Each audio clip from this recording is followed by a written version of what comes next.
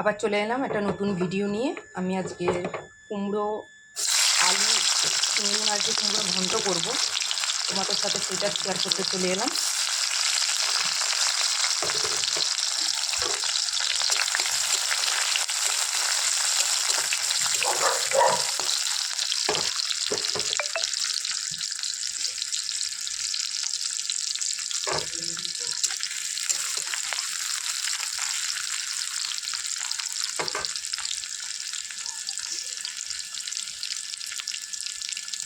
এতে চিংড়ি মাছ দিয়ে দিলাম, আগে থেকে একটু ভিজে রেখেছিলাম হালকা করে।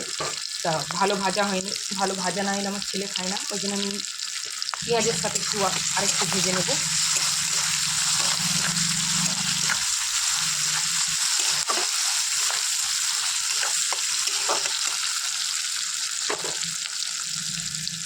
আর সবাইকে বলবো, বলো কার মানে তোমাদের সব জায়গাতে চিংড়ি মাছ বিক্রি হয়, চিংড়ি মাছের কীরকম দাম? আমাদের কলকাতার এই চিংড়ি মাছ 50 টাকা শ।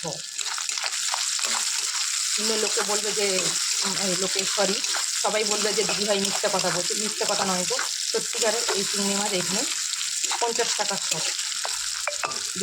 যে দাদাভাইয়ের কাছ থেকে আমরা নিয়েছি, দাদাভাই একটু ভালো ভালো মাছ নিয়ে আসে বলে এই দাদাভাইয়ের কাছে সবসময় মাছের দাম বেশি থাকে। আর আমার কাছে সত্যিকারের পয়সা ছিল না, সেই জন্য বাকিতে নিয়েছি, সেই জন্য ওনার কাছে একটু দাম বেশি।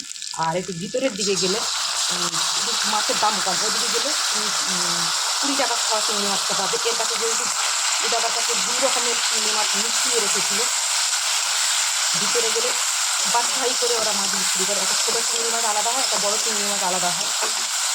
ভিতরে যাওয়ার টাইম পাইনি।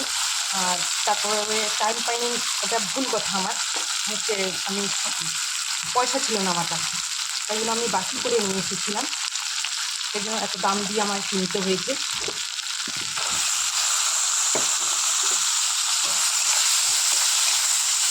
আর ভিতরের দিকে গেলে রুই মাছ যেরকম 130, 140, 160 এরকম পাবে। এর কাছে রুই মাছ মানে জ্যান্ত রুই মাছ, তো দাদার কাছে 200 টাকার উপরে। এখন আমি পয়সার দামটা যেহেতু শুনিনি আমি, যে 200 টাকার উপরে আমি যেটা জানি, এই দাদার কাছে যে মাছটা ভালো থাকে। আর এই দাদা এত দামে মাছ বিক্রি করে, কিন্তু দাদাভাইয়ের কাছে মাছ থাকে না, যদি জ্যান্ত মাছ নিয়ে আসে, তো জ্যান্ত মাছটা সবাই পছন্দ করে।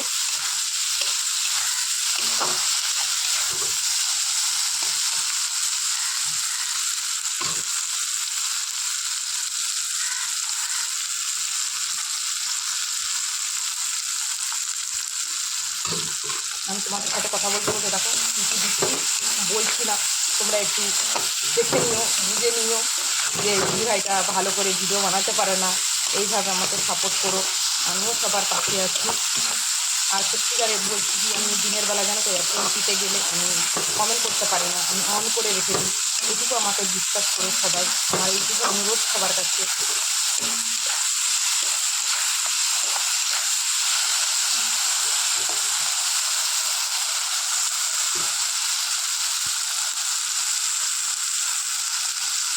আর মশলা কিছু দেবো না, শুধু লঙ্কার গুঁড়ো দেবো। কাঁচা লঙ্কাটা শেষ হয়ে গেছে, মাঝে সাঝে মেখে রাখি যে লঙ্কার গুঁড়োটা, যে একটুখানি কাঁচা লঙ্কা শেষ হয়ে গেলে যে তরকারিতে অ্যাড করতে হয়। আমার ছেলেরা পছন্দ করে না, আমি নিজে পছন্দ করি না লঙ্কার গুঁড়ো। আমরা কাঁচা লঙ্কাতে বেশিরভাগ তরকারি খেয়ে থাকি। আমার মশলাটা হয়ে গেছে, টমেটোটা ভাজলাম না। আমি আজকে বানাচ্ছি কুমড়ো আলু বড়ি দিয়ে ঘ্যাঁট বানাচ্ছি, চিংড়ি মাছ দিয়েছি।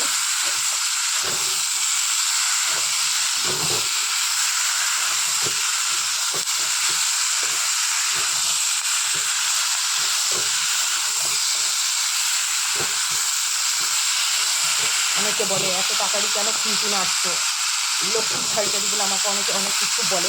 আমি তোমাদেরকে বলছি না, মানে যারা আমার খুঁটি নাড়াটা দেখে তারা বলে আমাকে, কিন্তু কী করবো বলে, তারাও তো আমাকে করতেই হয়।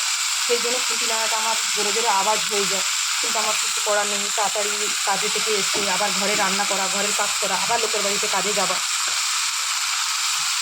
এই জন্যে আমার খুঁটি নাড়াটা, আমি রান্না করতে করতে আমার 10টা কাজ করতে হয় আমাকে, সেই জন্য আমার খুঁটি নাড়াটা জোরে জোরে হয়ে যায়। আর অনেক সময় দেখবে ভিডিওতে আমার খারাপ আসে না, আমি আস্তে আস্তে কথা বলি, তো কাজ করতে করতে দিক থেকে কথা বলতে হয় আমাকে, জানো, কিন্তু কী করবো বলো।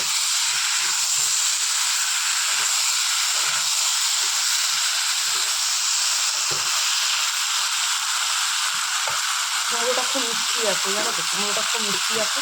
সেদিন আমার ছেলে বললো যে 2 মাস চিংড়ি মাছ নিয়েছে, কুমড়োটা ঘ্যাট করো, তা এই ঘ্যাট করছি।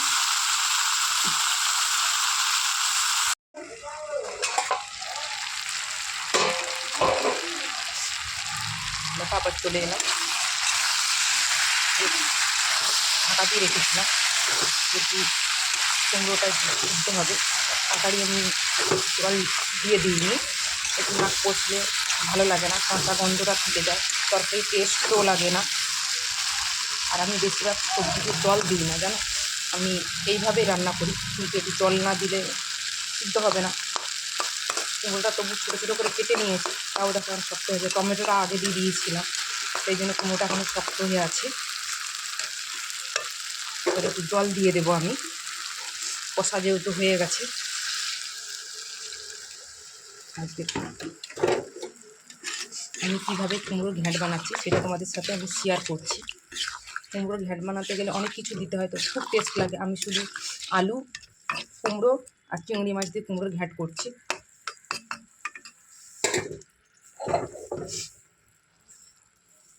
আমার তরকারিটা হয়ে এসছে, আমি এবার বড়িগুলো দিয়ে দিলাম। আর এই বড়িগুলো যে এত ভালো আমি বুঝতে পারিনি, মাছের ঝোলে দিয়েছিলাম, মাছের ঝোলে বড়িগুলো একটু আগে দিয়ে দিয়েছিলাম, যে তাড়াতাড়ি সিদ্ধ হয়ে যাবে আমি বুঝতেই পারিনি। পুরো বড়িগুলো মাছের ঝোলে ঘেঁটে গেছে। এখন কুমড়োর ঘন্টটা হয়ে এসছে, আর কুমড়োটা তাড়াতাড়ি ঢাকা মেরেছিলাম, তো সেজন্য তাড়াতাড়ি সিদ্ধও হয়ে গেছে। তরকারিটা হয়ে এসে বড়িগুলো দিয়েছি যেহেতু, আমি সেজন্য ঢাকা মারবো, আবার ঢাকা না মারলে বড়িগুলো সিদ্ধ হবে না। আবার চলে এলাম, দেখো আমার কুমড়োর ঘ্যাঁটটা হয়ে গেছে, আমি এবার নামিয়ে নিলাম। একটু জিরে বাটাটা আছে, একটু জিরেটা দিয়ে দেবো।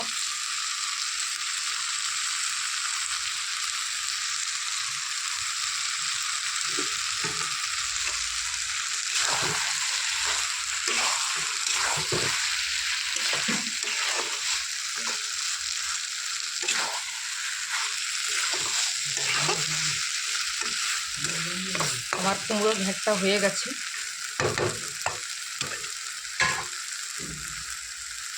অবশ্যই ভিডিওটা ভালো লাগলে অবশ্যই লাইক কমেন্ট শেয়ার করে দেবেন, সব বন্ধুরা পাশে থাকবেন, আমিও সবার পাশে আছি।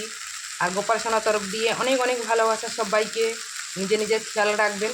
আবার পরের ভিডিওতে দেখা হবে, সবাইকে অনেক অনেক ভালোবাসা।